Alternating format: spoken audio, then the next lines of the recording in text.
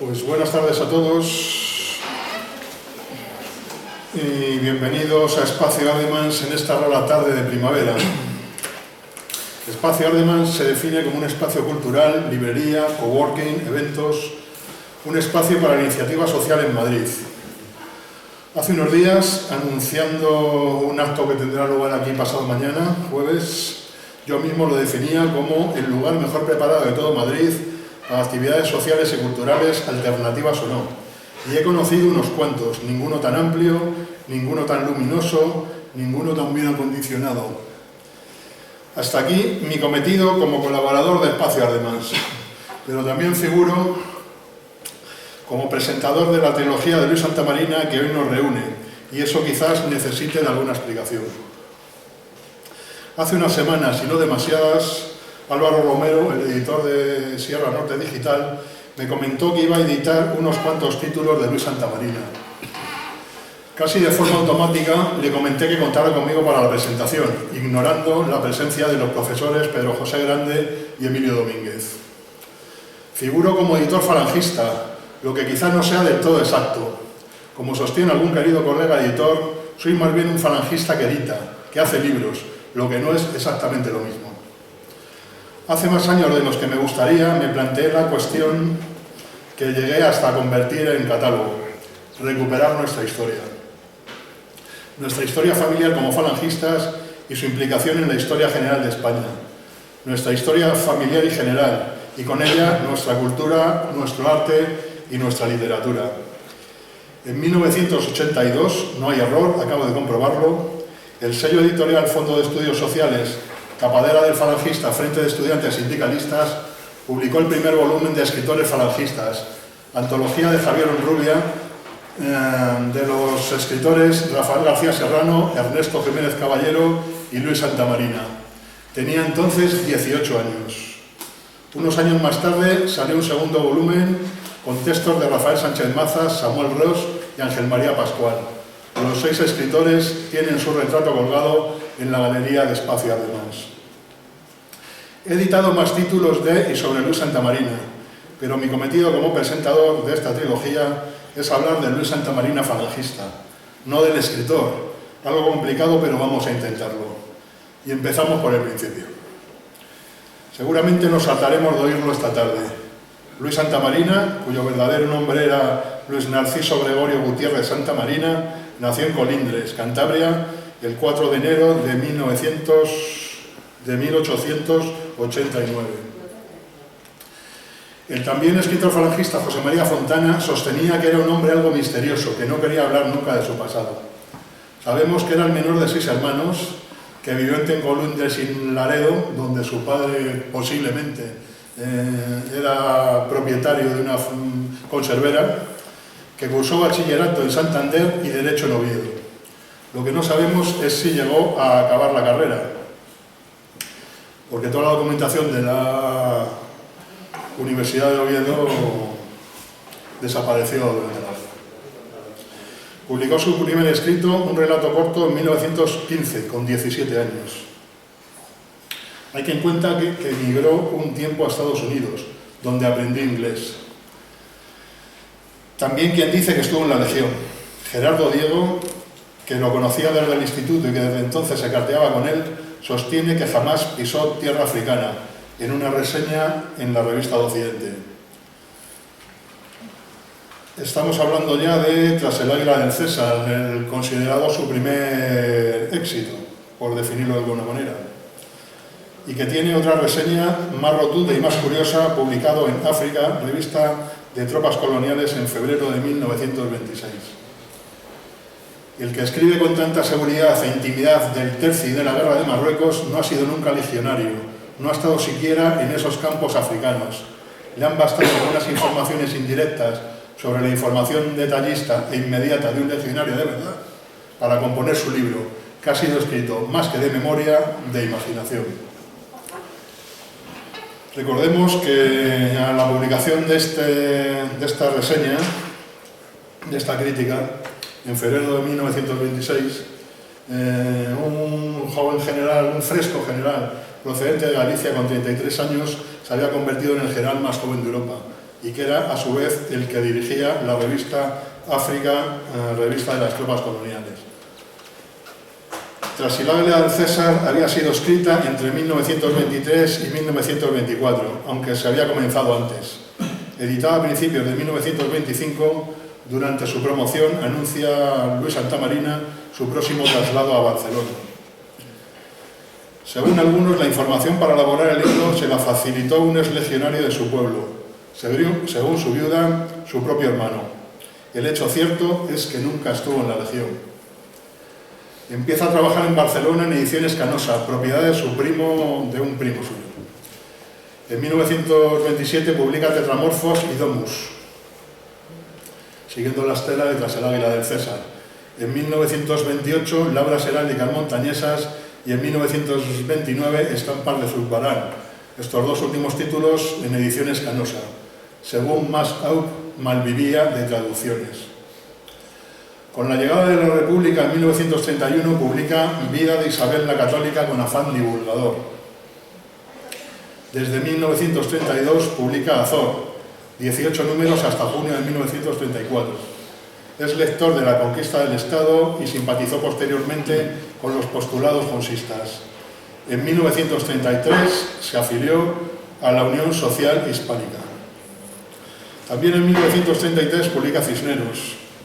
Es conocida la anécdota de que tras leerlo Julio Realda, fundador con José Antonio de Falange Española, mandó buscarlo, sosteniendo que el autor del libro tenía que ser falangista. La segunda edición del libro, publicada después de la guerra, está dedicada a Julio Realda y narra la historia, aunque por supuesto hay quien la pone en duda por desajuste de fechas. La historia de la Falange catalana es apasionante, pero con todas sus peculiaridades, una de ellas la omitancia de Luis Santamarina, excede de esta introducción. Hay una serie de fechas señaladas.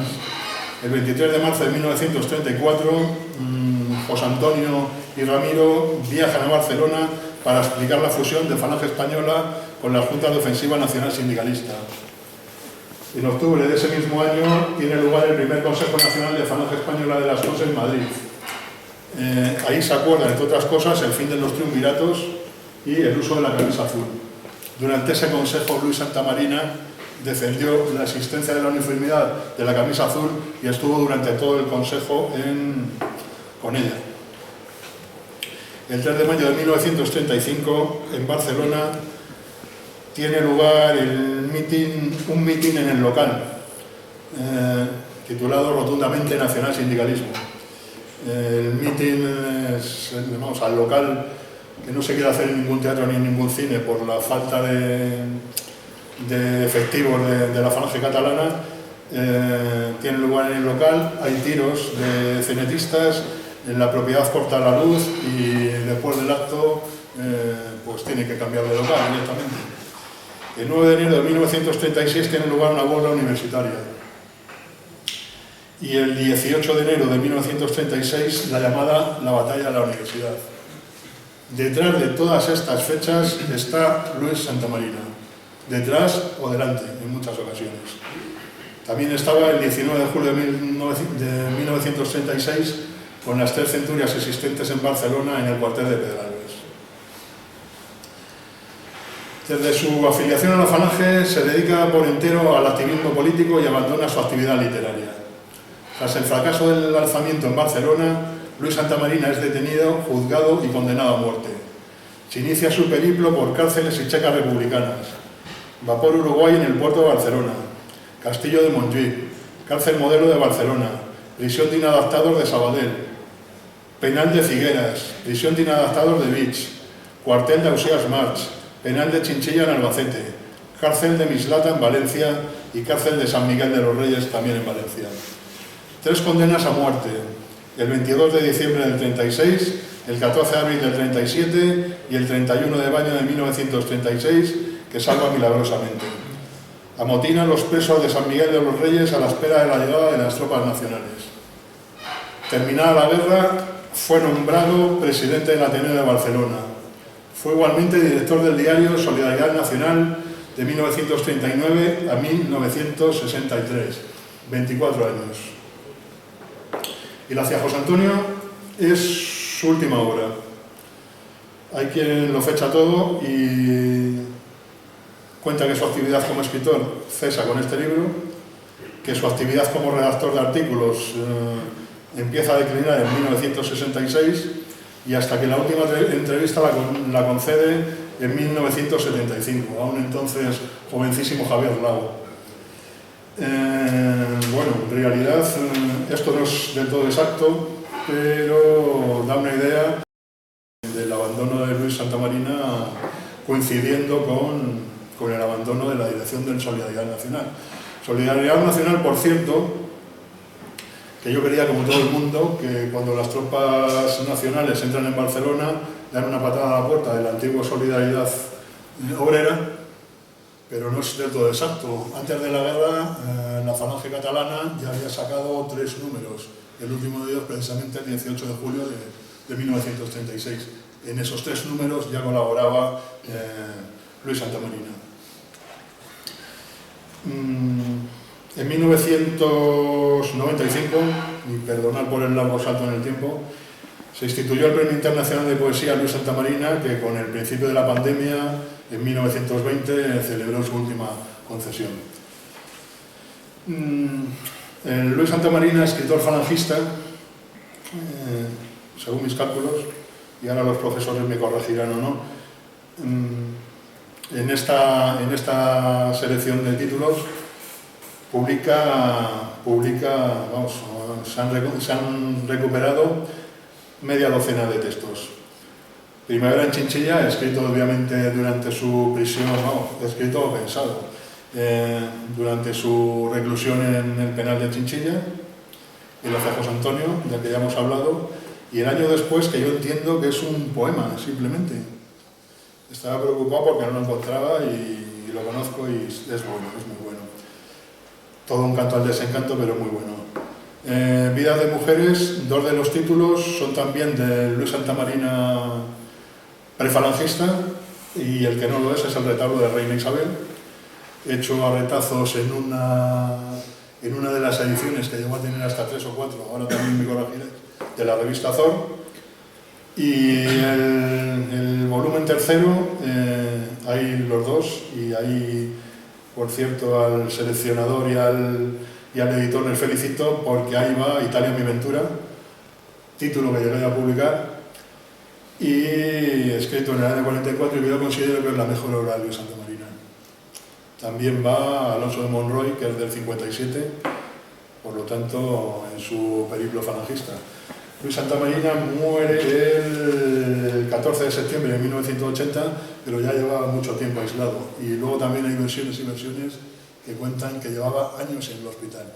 La verdad es que, insisto en lo de antes, desde que pasó al ostracismo, entre otras cosas porque vivía en una guardilla rodeado de libros con su perro Canelo, en un tercer piso, que en un tercer piso en Barcelona viene a ser como un 6.º piso en Madrid, entre la entreplanta, el principal y estas cosas, y no podía salir directamente, con lo cual, pues eso, que durante los últimos 10 años de vida por lo menos, nadie sabía nada de Luis Santamarina. ¿Que por qué estoy aquí? Ya sé que nadie me lo ha preguntado, pero como editor falangista, como lector de Luis Santamarina, considero que es muy bueno que existan estas obras que en el mercado de segunda mano, cuando se consiguen, tienen unos precios absolutamente prohibitivos. Dicho lo cual, he acabado mi función y creo que me toca hablar a Emilio. Muchas gracias a todos.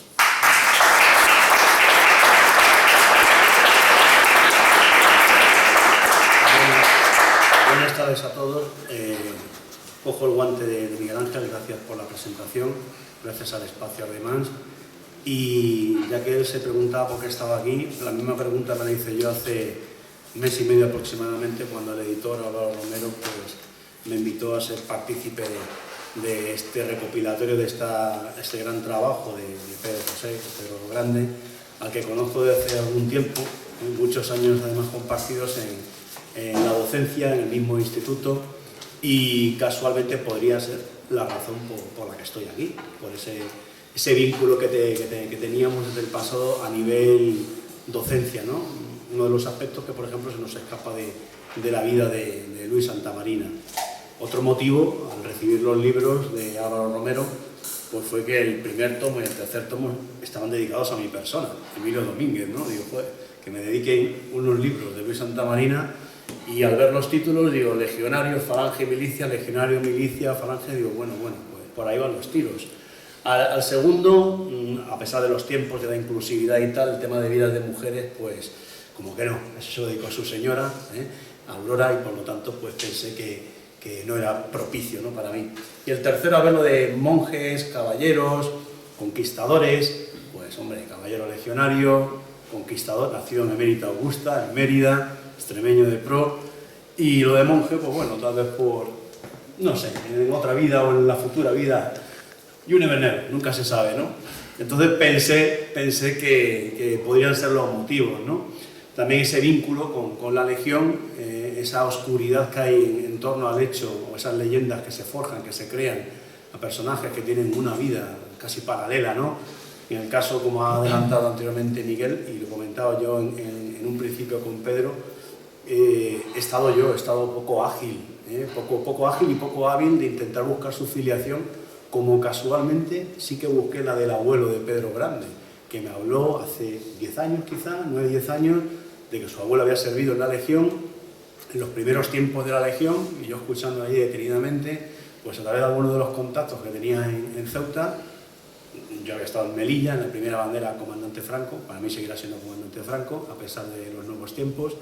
Y nada, ya que tenemos además aquí una persona que estuvo en la cuarta bandera, Cristo de Lepanto, pues me puse en contacto a gestionar con aquellos legionarios que habían llegado a la posición A, al cuartel del rey, ¿no?, aquellos primeros legionarios.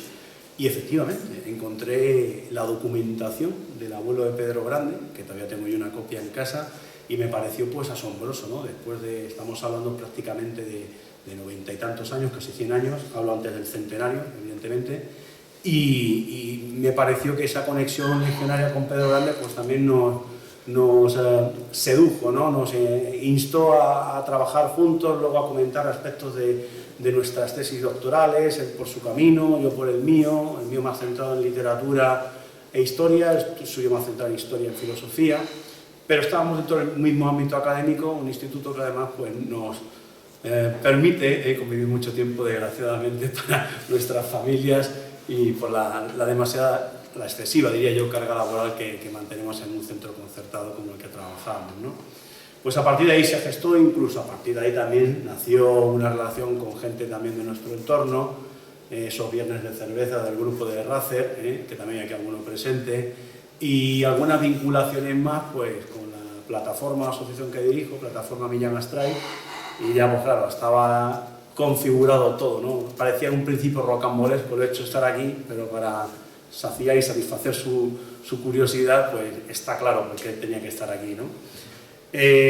A mí se me convocó, me comentó Álvaro, que principalmente me centrara en los aspectos literarios, lo que es la literatura, teniendo en cuenta ese magnífico y recortado repaso de una vida tan azarosa como la de Luis Santamarina, que ha retratado perfectamente Miguel Ángel, y evidentemente ese vínculo legionario, ¿no?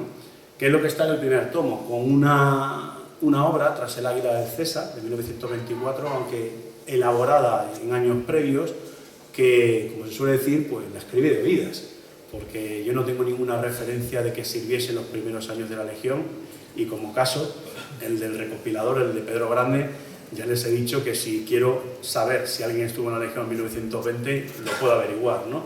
Entonces podría haberlo averiguado o podría haber indagado, ¿no? Y más que nada por la curiosidad del mundo del anecdotario, de la historia de la Legión, que tanto yo como mi plataforma pues defendemos en pos de la verdad histórica, pues con las luchas que hemos mantenido, con los tirones de hemeroteca en defensa del general Millán Astray, el fundador de la Legión, desde el principio, la hemeroteca de Madrid, de Cartagena, de Villafranca de los Barros, de Fuensalida, muchísimas cosas que hemos hecho a lo largo de estos 6 años de existencia, pues dónde moverme para intentar localizar esa referencia, ¿no? Pues no encontraba esa vinculación. Y a propósito de, cuando se lo comenté a un profesor que estuvo en el tribunal de mi tesis doctoral sobre otro poeta maldito, Roy Campbell, pues empecé a buscar conexiones y digo, joder, es que muchas veces ya empiezas por inercia a tirar de uno o de otro y te van saliendo conexiones. Eso de ser considerado un poeta maldito, de ser considerado una persona que no va con sus tiempos, de una persona a lo mejor difícil en el trato, magnífico a la hora de hacer amigos, pero especialista en crearse enemigos. Yo creo que Roy Campbell lo tiene Luis Santamarina, y luego su forma de escribir, su poca organizada vida, aunque eran tipos serios cuando se trataba de formalizar sus historias. En el caso de Luis Santamarina, a nivel literario, a nivel periodístico, tampoco acabaron sus estudios. A mí me consta que no acabó los estudios de Derecho en Oviedo. Roy Campbell tampoco, por mucho empeño que, nacido sudafricano, con pasaporte británico, sus padres le mandaran a la universidad en Inglaterra para estudiar, ¿no? Pero tampoco pudo ser, ¿no? Y entonces el carácter que van forjando cada uno de ellos, como diríamos ahora, las movidas en las que se meten, en ser tipos de vanguardia, aunque no hayan sido legionarios. Yo muchas veces me he referido a Roy Campbell como nómada legionario, ¿no? o legionario de mundos, ¿no? Cuando lo he descrito, y creo que una parte de mi libro, En la solapa, publicado también por ediciones o editores SND, aparece esa referencia. Creo que incluso en la introducción la doctora Villacañas también habla de un legionario de mundo, ¿no? Y no fue legionario. Y también una historia sobre que Roy Campbell sirvió en la Legión o en los Requetés, que vino de Inglaterra después de haber salir airoso de la calle Airosas, número 13 de Toledo, en agosto del 36, e ir a Inglaterra y regresar. Ver las conexiones, ¿no? Y esto me hizo ver o repasar un poco la historia de Luis Santamarina de todas esas perspectivas, ¿no? Y de todas las referencias, las reseñas importantes que ha habido, como por ejemplo la necrológica, ¿no? Justo después de morir, el 13-14 de septiembre de 1980, hace 43 años aproximadamente, y la escribía Rafael García Serrano.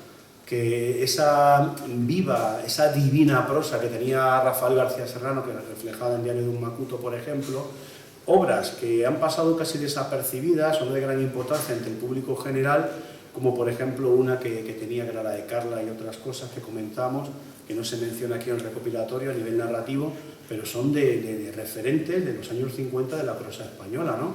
Aparte con gente entendida, con buenas reseñas y crónicas respecto a la capacidad literaria de prosa y narrativa de los dos reseñados, tanto de Luis Santamarina como de Rafael García Serrano.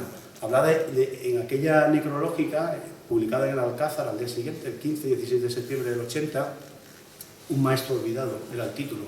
Y en esa reseña pues hablaba de que escribía como se escribía en los campamentos de los tercios, o escribía, Luis Santamarina escribía como en la época de Isabel la Católica, o escribía de diversas maneras que te hacían remontar, ir al pasado. Y claro, yo estaba desde la perspectiva campbelliana de Roy Campbell, ¿no? Y hablaba, digo, hay que ver, cuando hablaba de Camões, por ejemplo, de todas sus conquistas, de una persona que había tenido múltiples oficios, y veía también así de refilón los de Luis Santamarina, ese gusto por la escritura, por la literatura, por la poesía, en ocasiones por la prosa narrativa, que no era del todo su gusto, como ocurría también con Roy Campbell, del periodismo, como Roy Campbell vino también aquí a España a ser el corresponsal de un periódico católico británico, de Tablet, e intentar infiltrarse haciendo colar a unos y a otros, a propios extraños, que había servido en la Legión. Hasta el propio Cela se lo tragó, y eran muy buenos amigos. De hecho, en el año 51 y 52, 53, hay un par de congresos de poesía a los que asiste. No tengo referencia de que asistiese Luis Santamarina. Y de hecho ahora mismo en la segunda parte biográfica de Roy Campbell que estoy trabajando, he repasado nombres, intentaba recuperarlos hace unos días, preparando esto más o menos, y no encontraba la referencia a Luis Santamarina, ¿no? Digo, no sé si tirar de inteligencia artificial o de ChatGPT a ver qué me cuenta, pero vamos, va de retro, ¿no? Porque lo que hablamos ahora mismo de lo que es la inteligencia artificial, hice una prueba. Había un capítulo referido al primer Congreso Internacional de Segovia, y claro, lo tenía ya preparado, lo tenía elaborado, y lo comenté con un sobrino mío, experto informático, y le dije, a ver, ponte en ChatGPT, pon este título, a ver qué te sale. Quedé asombrado por la redacción, ¿no?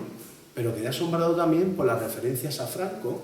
Digo, pero si Franco fue el que lo organizó, y su ministerio, como que había sido un invento de Vicente Aleixandre y otros poetas contra el régimen de Franco. Digo, ¿pero qué me está contando? Y si yo tengo las referencias opuestas, contrarias, ¿no?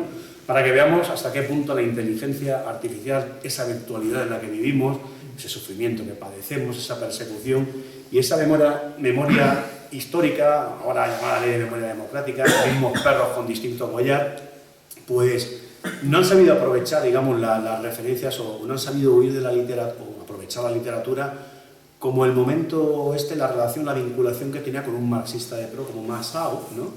Que fue quien intercedió por Luis Santamarina para evitar que fuese condenado, o que fuese directamente a la muerte, ¿no? Pues, es decir, cómo la literatura es capaz de solventar una papeleta que judicialmente hablando, los tribunales o lo que es, digamos, la revancha, el rencor, son capaces de poner en riesgo máximo la vida de una persona con unas opiniones, ¿no?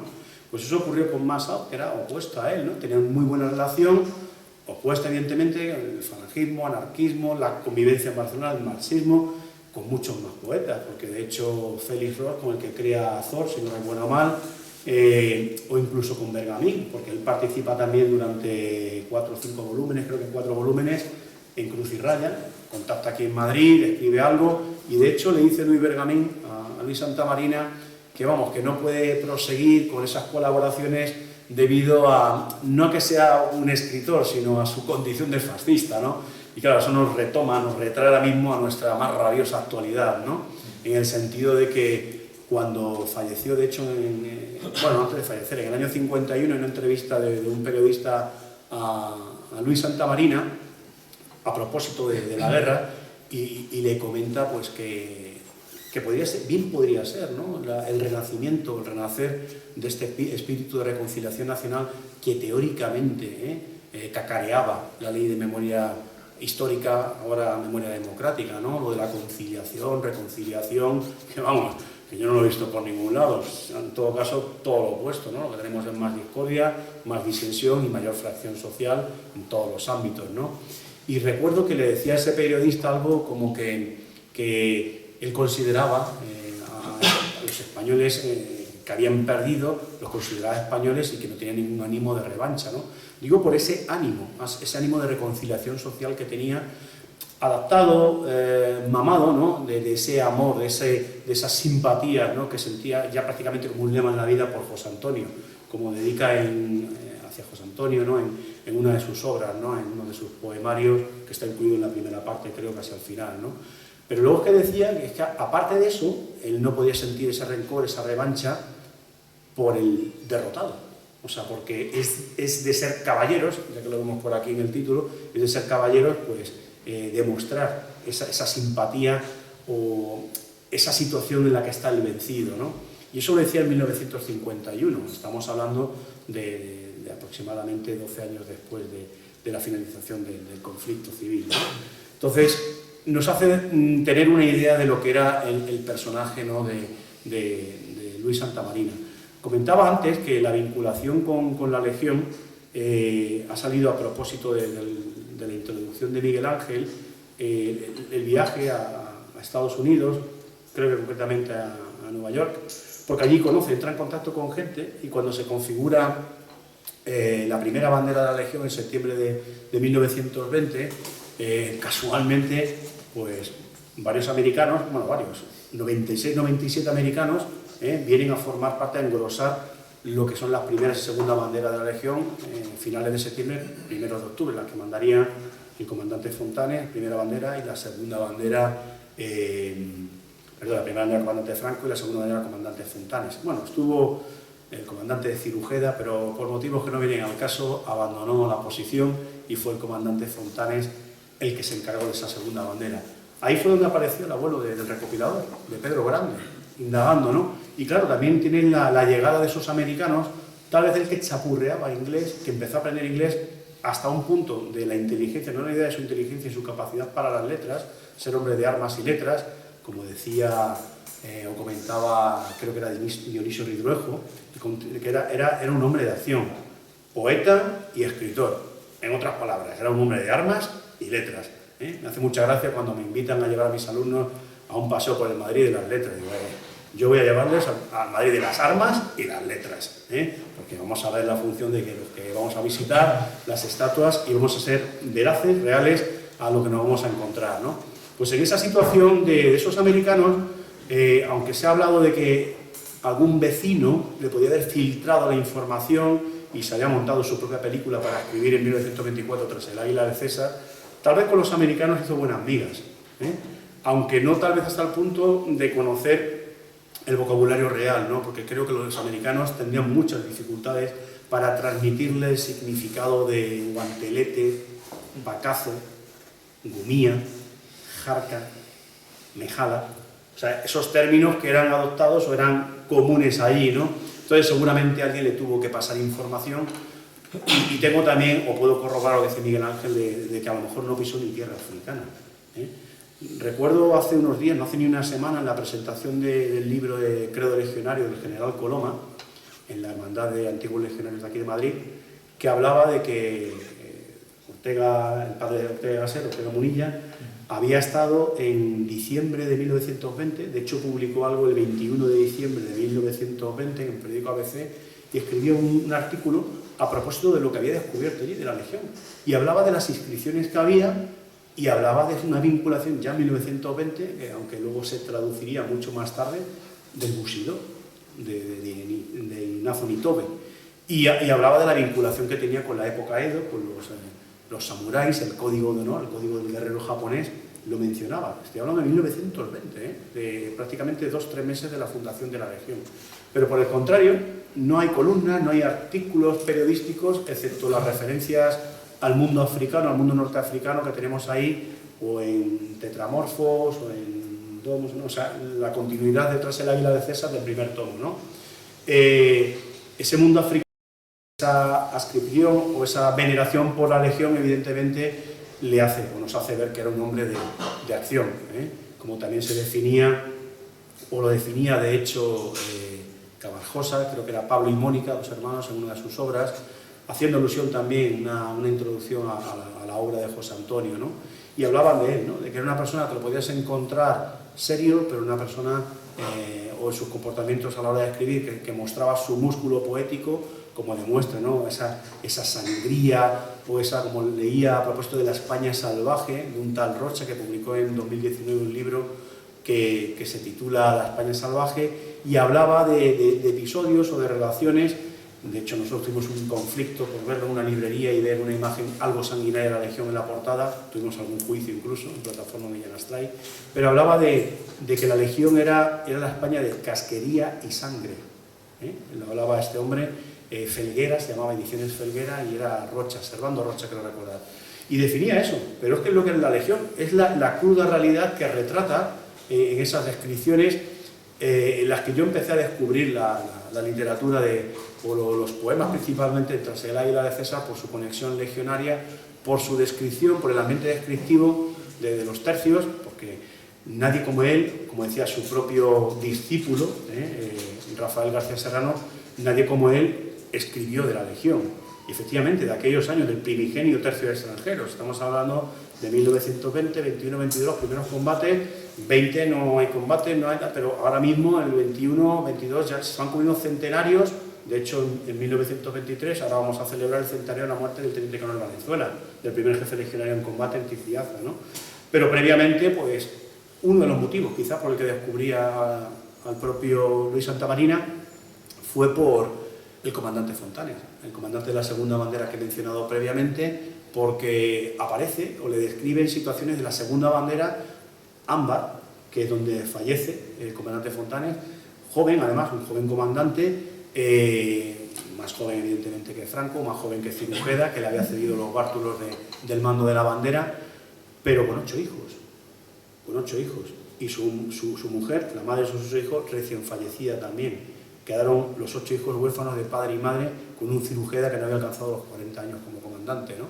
Entonces es una historia tan entrañable, hasta el punto que he escrito al menos un par de artículos, sino 3, sobre el comandante Fontanes en la publicación de NTV España Están o en el Confidencial Digital, y un poema que llega al tercio de la ciudad, porque la palabra tercio se aparece con cierta asiduidad en los títulos de sus poemas, tras el Águila de César, con motivo de la inauguración de la estatua del Legionario el pasado noviembre de 2022, ¿no?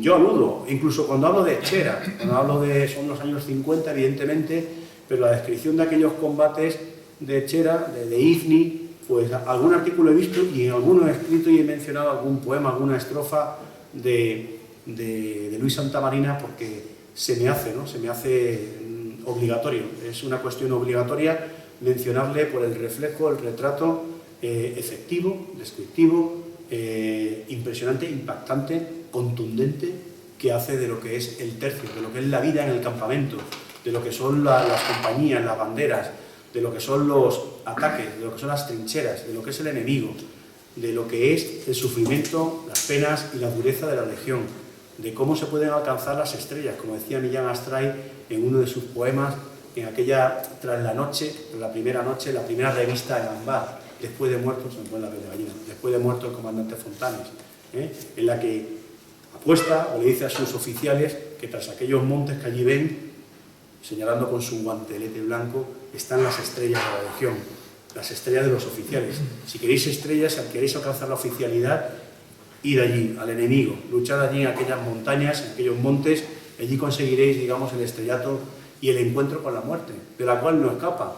Ya sabemos la vinculación muerte-legión, lo que significa, y evidentemente lo tiene que mencionar. Ese tema tan escabroso, ese tema tan necrológico, tan infausto, aparece también reflejado en la poesía de Luis Santamarina. Hablaba, ya para acabar, en una de sus descripciones, en una de sus intervenciones o las entrevistas que le hicieron, y también a propósito de lo último, de lo que hablaba de Rafael García Serrano en Diario de un Macuto, ¿no? Que pasarán los tiempos, que nosotros moriremos, morirá mucha gente, morirá Luis Santamarina, pero siempre vivirá y siempre pervivirá su literatura, como pervive y vive el mundo legionario y la legión, a pesar de los pesares y de todo lo que significa nuestras luchas, o las luchas que entabló por aquel entonces, aunque fuesen virtuales, anticipándose a la inteligencia artificial, el propio Luis Santamarina, con esta obra que ha recogido espléndidamente don Pedro Grande. Muchas gracias.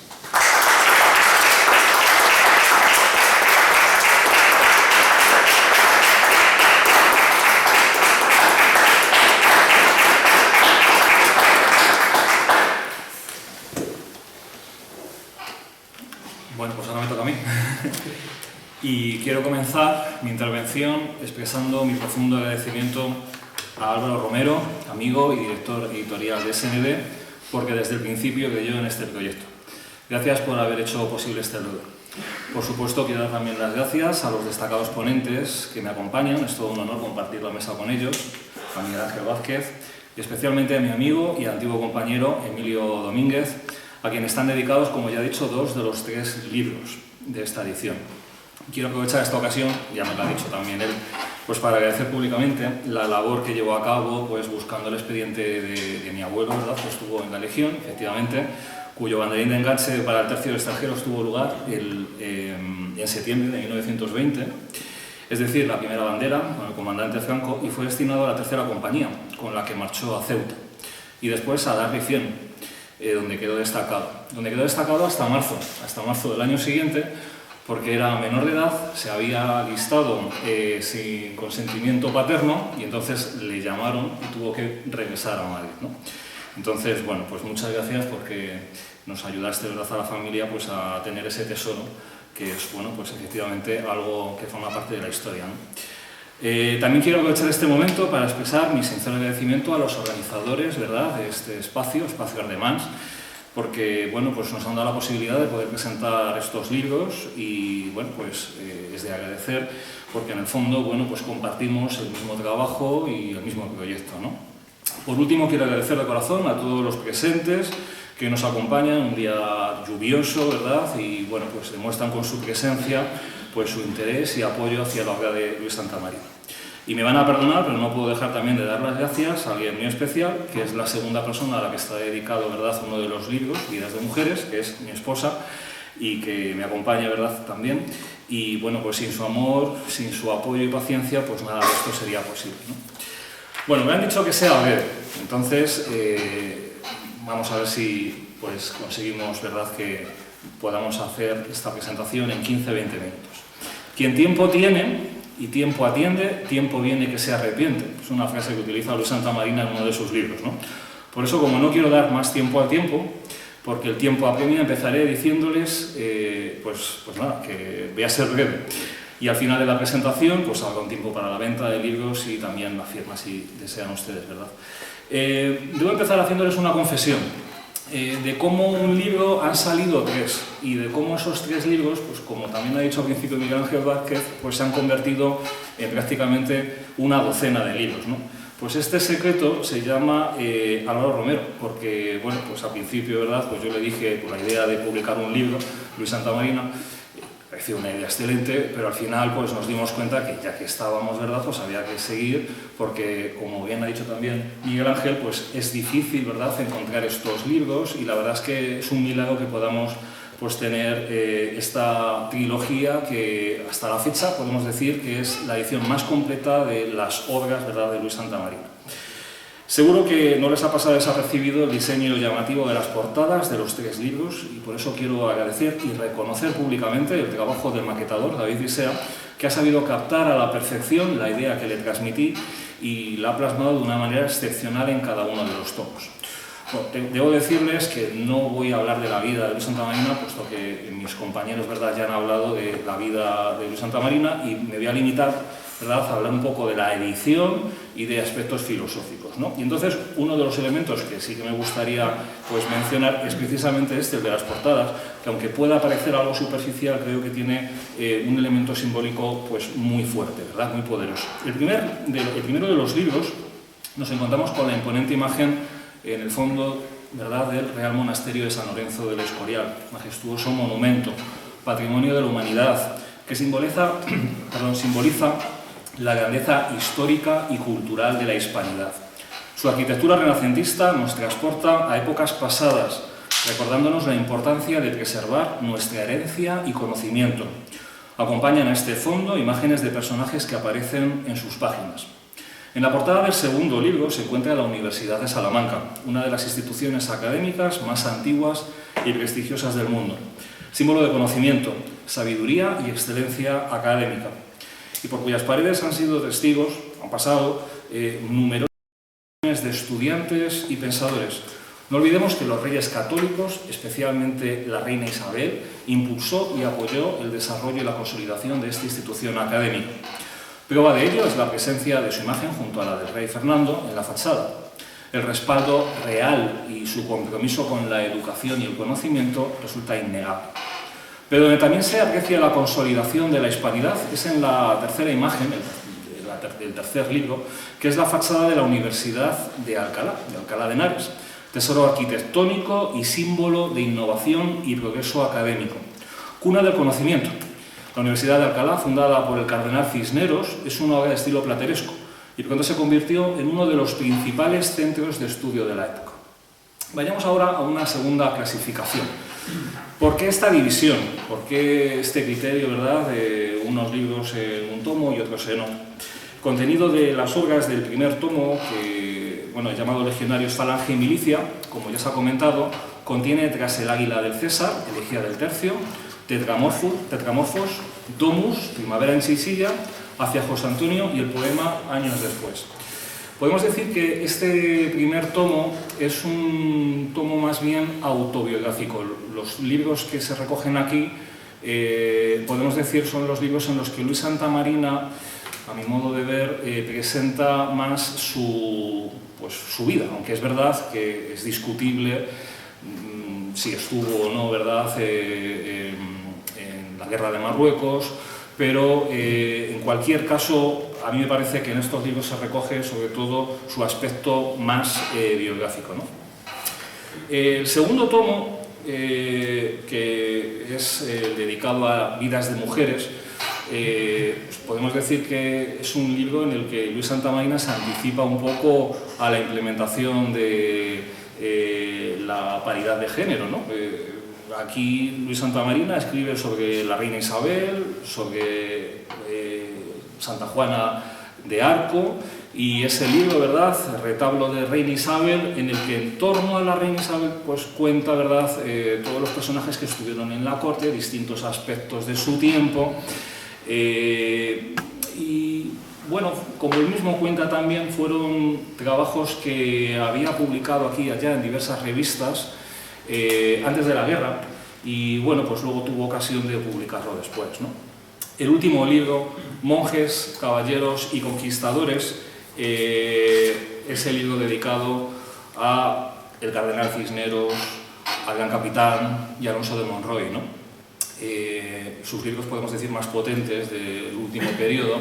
Y a mí me parece que este libro, podemos decir, sería más bien el libro arquetípico de Luis Santamarina. O sea, en esta edición lo que a mí me parece que se desprende es el alter ego de Luis Santamarina. Si el primero recoge más bien los aspectos fundamentalmente biográficos, en estos personajes a mí me parece que Luis Santamarina se está representando, es decir, está idealizando en estos personajes un poco su vida, ¿no? Ahora bien, estos tres libros creo que están conectados de un modo extraordinario por una cadena invisible que podemos decir de valores eternos, de patriotismo, de austeridad en la conducta, de sentido religioso de la vida, de solidaridad y respeto hacia los antepasados. Sería como una cadena invisible que desde el principio Luis Santamarina tiene muy claro y que poco a poco, a lo largo de sus años, ¿verdad?, pues va hilvanando todos estos personajes y todos estos libros. Esto es todo aquello de lo cual hoy nada se sigue, pero que se terminará siguiendo, porque si queremos continuar manteniendo nuestra civilización debemos de no perder estos valores. No olvidemos que la civilización no puede darse nunca por supuesta, hay que defenderla, siempre está amenazada. Quiero leerles un fragmento de Luis Santamarina en el que hace una referencia de la vida de los pueblos, refiriéndose que hay dos clases, ¿verdad?, de tiempos que tienen los pueblos a los que él llamaría Atenas, por un lado, y Esparta, por otro. Él dice, estos tiempos, ¿verdad?, los tiempos que hacen que los pueblos puedan llamarse Atenas y Esparta, son los tiempos en los que hay paz y guerra, son los tiempos en los que hay frontera y tierra segura. Pero lo importante, nos dice Luis Santamarina, es saber en qué tiempo nos encontramos, ¿no? Y aquí viene el texto. Tras una frontera férrea surge y surgirá la vida de los pueblos dignos. Un puñado de legiones romanas hizo posible la civilización latina. Un puñado de tercios españoles salvó la civilización católica. Y eran simplemente juventud en frontera, acaudillada por hombres duros que habían vencido a fuerza de alma el ritmo de las edades. Claro está, que ni en Roma ni en Madrid faltaban quienes vivían a costa de este viril esfuerzo y por añadidura se burlaban de su rudeza y buena fe. Allá ellos con su vileza ni aun desprecio merecen.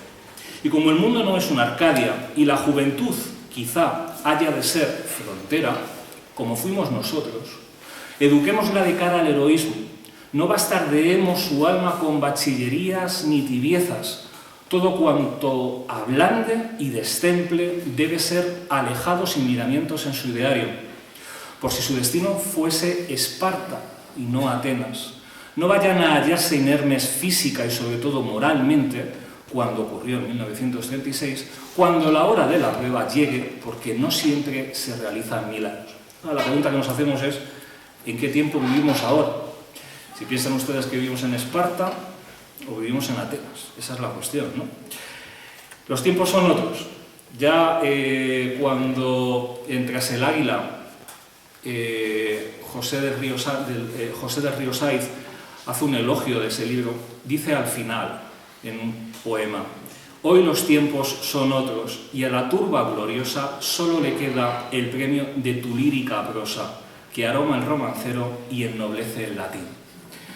Estos últimos versos podemos decir que sirven para toda la obra de Luis Santamarina. Su prosa lírica todavía hoy, ¿verdad?, nos sigue resonando de una época, de un tiempo que hoy parece que se ha perdido, pero que precisamente hoy más que nunca debemos acudir, ¿verdad?, a él. Y por otro lado, uno de los elementos que podemos también destacar en su producción es el extraordinario uso, ya se ha hablado también, compañeros, que hacen de las palabras, de los refranes, del lenguaje popular, de las costumbres, ¿verdad?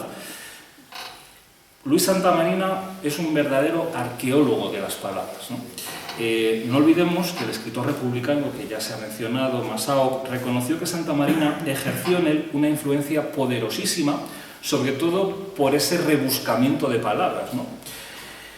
Para que se hagan una idea, solo en el libro Cisneros, el tercer tomo, el escritor de Colindres hace 124 anotaciones, ¿verdad?, de palabras, giros y expresiones que quizá los más viejos del lugar puedan conocer, pero la verdad es que son palabras que, pues, francamente, hoy pues, se han perdido, se han olvidado, y que desde luego, un poco como decía Miguel de Unamuno, esas palabras terruñeras merece, ¿verdad?, que las recordemos.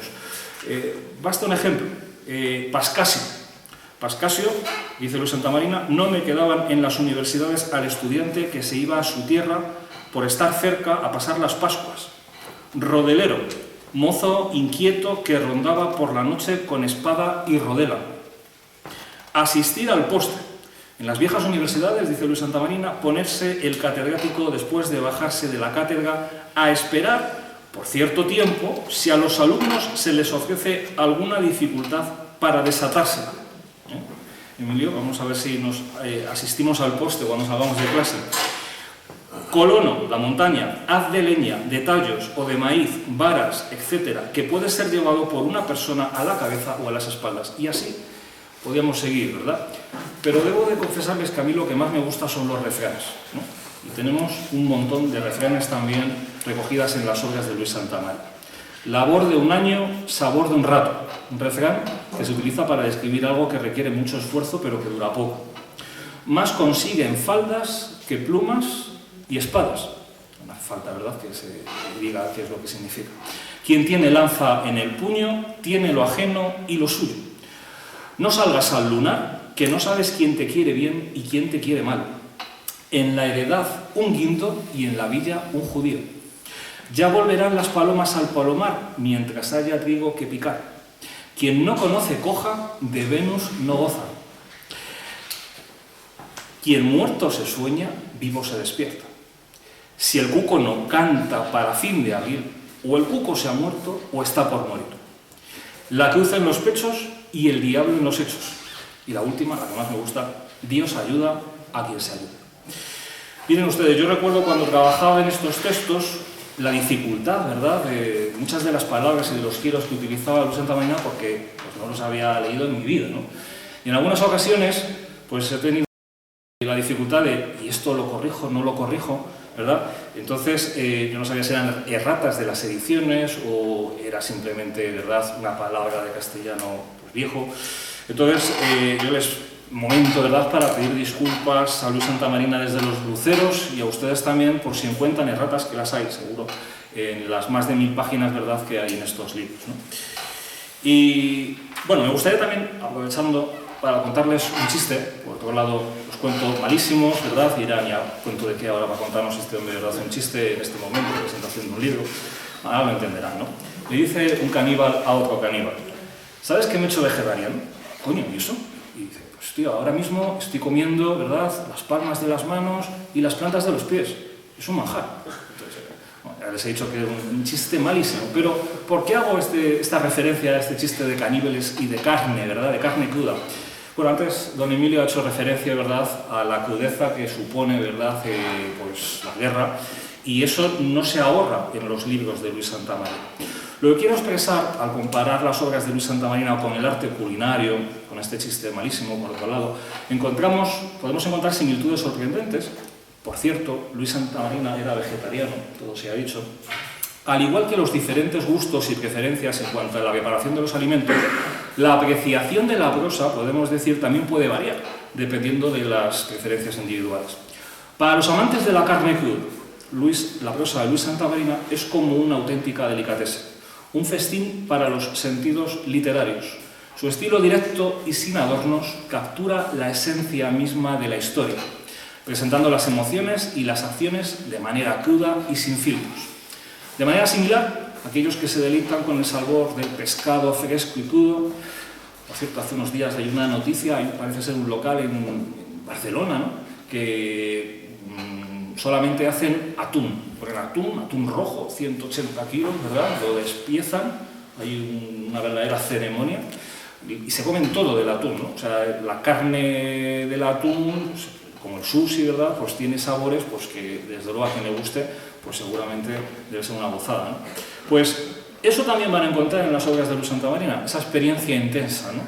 Su narrativa transparente y sin artificios permite apreciar los sabores más intensos de la trama y los personajes, sumergiéndonos en un mar de emociones y conflictos. Y aunque no puedo hablar en nombre de los vegetarianos, puedo imaginar que para ellos, también, la prosa de Luis Santamarina, cocinada a la perfección, como las verduras en su punto exacto de cocción, les permitirá saborear los matices y la autenticidad de las palabras de una manera única. En resumen, la prosa de Luis Santamarina es un festín literario que, al igual que el arte culinario, entra por todos los sentidos, ¿no?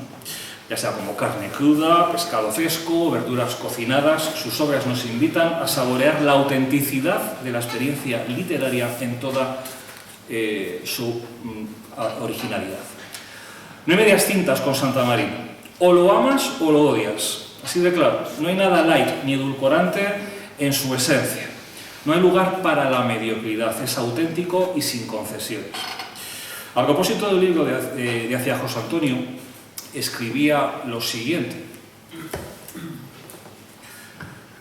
A lo largo de este intento de epopeya, he creído reiteradamente que para escribir con dignidad sobre él, eran las mejores sus palabras, y las de Shakespeare, Calderón, Manrique, los moralistas del mundo antiguo, nuestros místicos y algo de alma popular. Ello explica la frecuencia de tales textos y aun de hermosas y eficaces palabras latinas. Esto es lo que nos vamos a encontrar no solo en Hacia José Antonio, sino en toda su prosa, ¿verdad? Solo me queda hablar de dos cosas antes de terminar. La primera es la colección en la que se encuentran editadas estas obras, autores del pensamiento hispánico, cuyo logo quise que fuera un lince, Lynx pardinus, una especie protegida y en peligro de extinción, originaria de nuestra península ibérica, como Luis Santamarina, como Ramiro de Maeztu, primer tomo de estas obras, y Leopoldo Eulogio Palacios, y muchos otros autores más, ¿verdad?, que si ustedes quieren, pues vendrán. Autores que forman parte de esta colección y que bien merecen que nos los llevemos a casa, que los cuidemos, que conservemos y que podamos reintroducir en nuestro mundo tan necesitado de ejemplos y de valores. Los personajes históricos que aparecen en estos libros son hombres y mujeres insobornables, incorruptibles, de una sola pieza. En Italia en Ventura se puede leer mi profesión, a propósito de lo que decía antes también Emilio de las artes y las letras, mi profesión es la espada, mi caudal es mi valor y la milicia mi patria. Son personajes que tienen coraje, determinación, dispuestos al sacrificio, leales, que valoran el honor y la dignidad, que se apoyan unos a otros en los tiempos difíciles, solidaridad, que viven el respeto hacia sus compañeros y sobre todo hacia sus superiores, que se autoexigen y que entienden que la vida es milicia, que la fe religiosa y el catolicismo constituyen una parte importante de sus vidas, que a pesar de los éxitos son humildes y sencillos, que les mueve la justicia y la libertad, que ante todo son hombres y mujeres honestos, austeros. Podríamos seguir.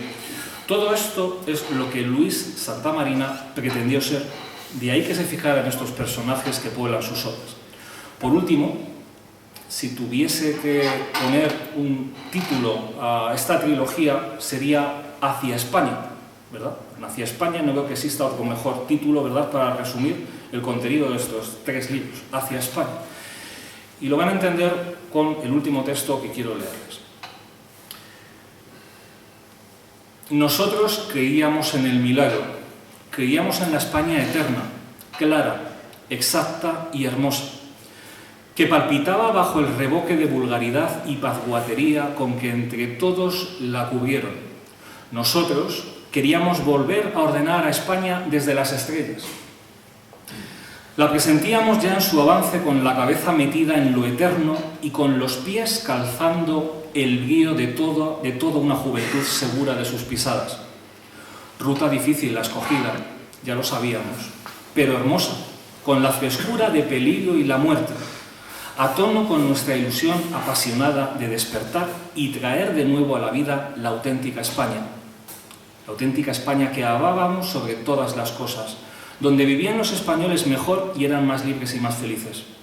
Por ella no era mucho morir, pues la vida no vale la pena si no es para quemarla en el servicio de una empresa grande. Y la inmediata nota alegre, heroica, consustancial con la falange: si morimos y nos sepultan en esta tierra madre de España, ya queda en vosotros la semilla, y pronto nuestros huesos resecos se sacudirán de alegría y harán nacer flores sobre nuestras tumbas, cuando el paso resuelto de nuestras falanges nutridas nos traigan el buen anuncio de que otra vez tenemos a España. Muchas gracias.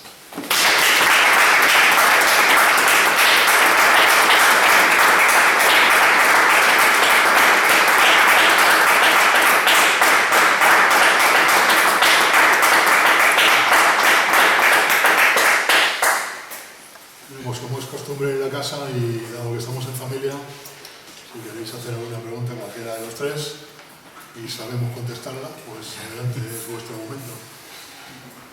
Y si... Pero duro. Cuando ha dicho que cuando escribe Cisneros, he entendido que dicen este hombre es falangista o tiene que ser falangista. Es una anécdota que circula por ahí que él mismo ratifica en la segunda edición que sale después de la guerra.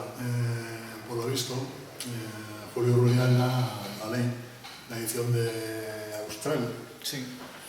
Y dice, este tío tiene que estar con nosotros, tiene que ser falangista. Y le mandan a buscar a la entonces incipientísima falange de Barcelona. Y efectivamente le encuentran.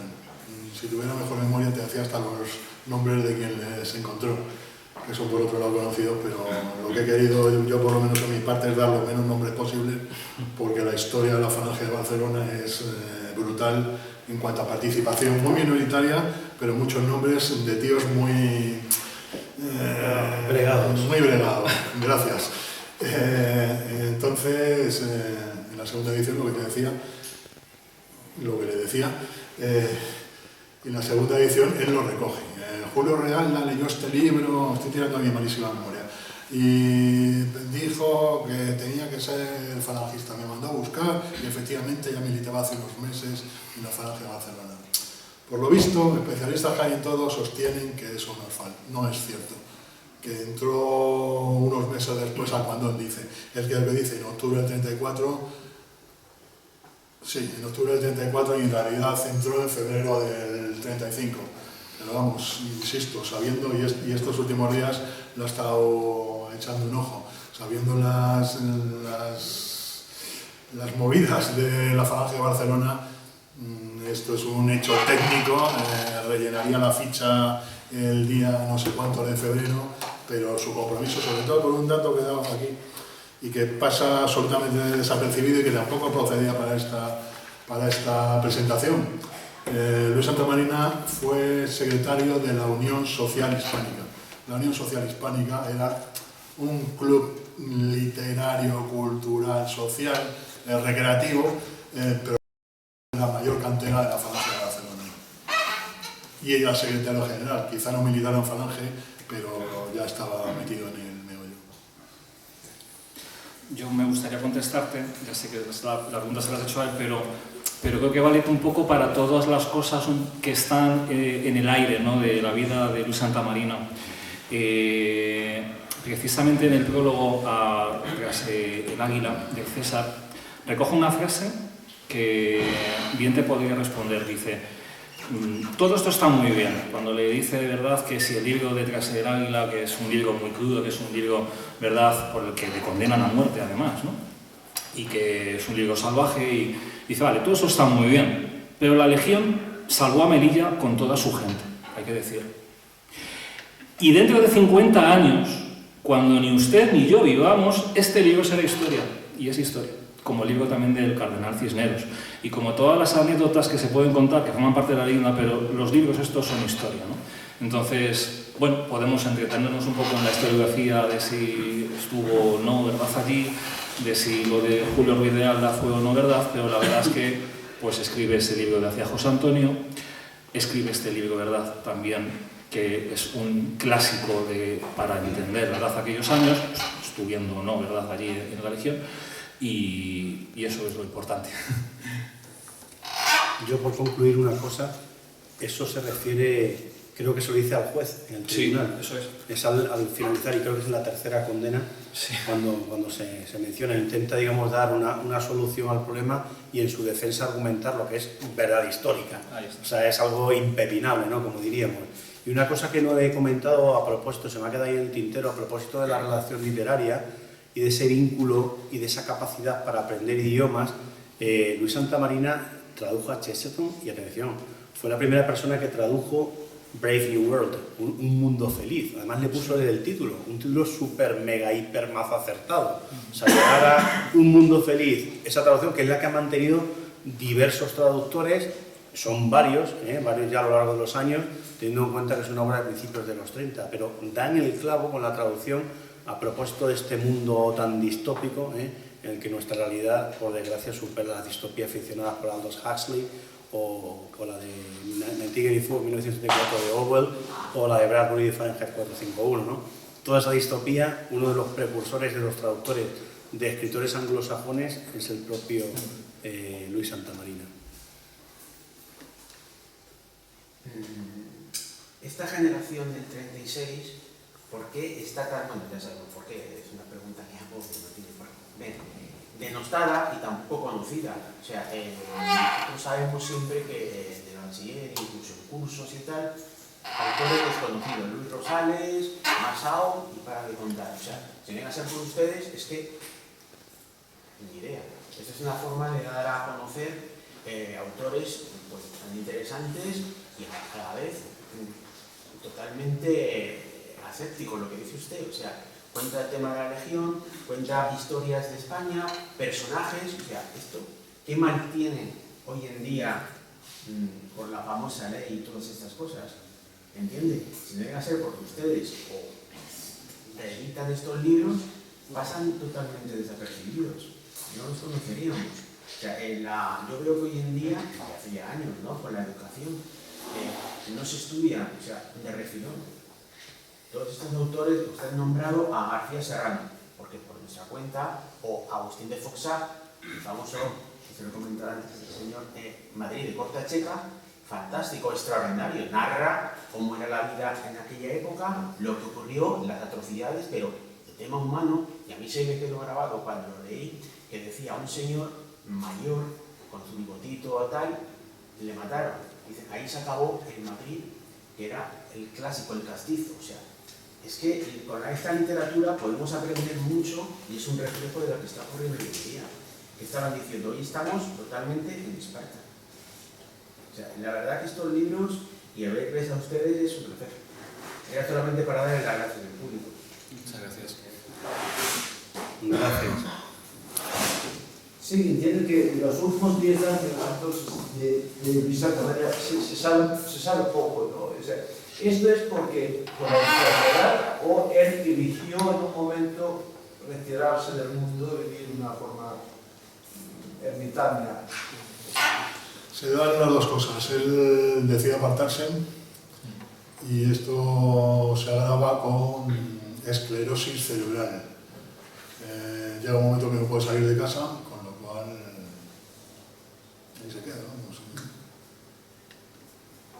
De hecho también no tenemos que esperar a los años 70, los últimos 10 años o 12 años de su vida, porque previamente ya se ve un cierto declive, sobre todo en el pensamiento, no por su pensamiento o por su sintonía con lo que era el pensamiento falangista y el sentimiento que tenía, como he dicho anteriormente, de lema de vida, la vida del propio, la redundancia del propio José Antonio, sino por la desilusión de sus camaradas, por esos favorecidos con la llegada de otros, ¿no?, que no habían estado al pie del cañón, y él, que había sido siempre un tipo de vanguardia, con esa falange bregada y curtida en Barcelona, sabía lo que era, además descrito desde un punto de vista externo por personas que le conocían y que sabían que era de dar y tomar, que era una persona con la que se podía, el típico, ¿no?, binomio que te llevarías al combate. Sabía que estaba allí y que podían prestar los servicios que quisiera para la causa en la que él noblemente, ¿no?, participó y decidió. O sea, desde un principio a su afición a Falange en los años 30 y esa vinculación que tiene luego, abandonar su mundo literario para dedicarse a la política, volver luego al tema del periodismo, pero ya se ve esa debacle personal en el sentido de que todos los camaradas de antes hay una cierta desilusión, ¿no?, una desesperanza que va efervesciendo, digamos, va siendo, digamos, más compleja según pasan los años, sobre todo acrecentado por el tema de la enfermedad.